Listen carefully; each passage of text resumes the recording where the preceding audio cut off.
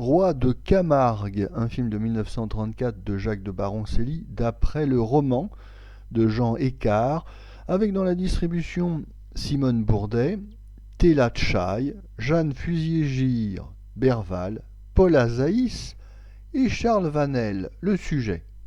Une gitane, voulant se venger d'une jeune fille qui lui a refusé de l'huile, séduit son fiancé, un gardien, il s'agit de Berval, à qui elle donne rendez-vous dans une île.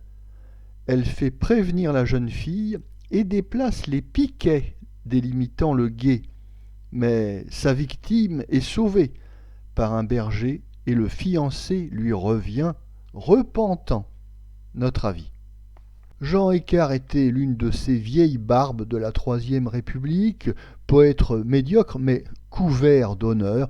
Il est bien représentatif de l'académisme pompeux républicain.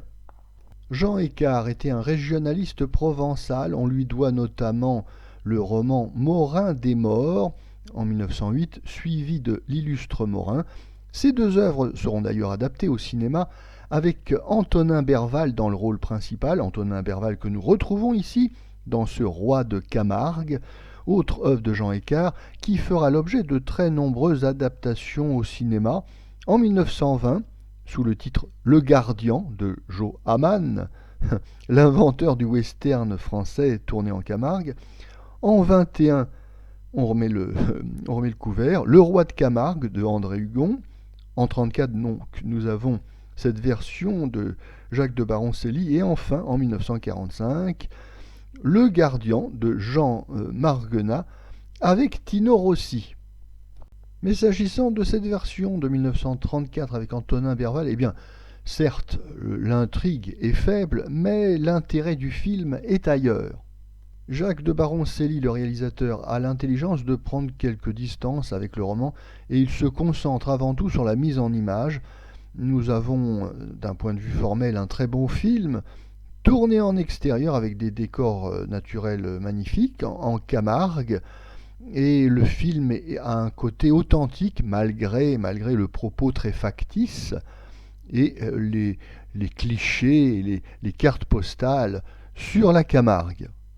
Ce film a un faux air de western et c'est bien sûr comme ça qu'il faut traiter le sujet. J'ai indiqué en introduction que la première adaptation du film avait été faite par Joe Hamman. Joe Hamman, c'est l'inventeur du western à la française tourné en Camargue. Et évidemment, c'est très bienvenu, c'est très bien vu.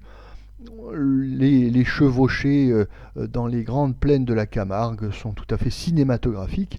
Et il y avait là un genre à part entière à développer, mais qui malheureusement ne sera traité qu'à la marge par le cinéma français. Quoi qu'il en soit, Roi de Camargue est un film très réussi dans sa forme.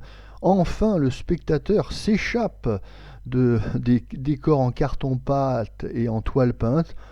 On va enfin respirer, on est dans des grands espaces, on sent le soleil, on sent le vent.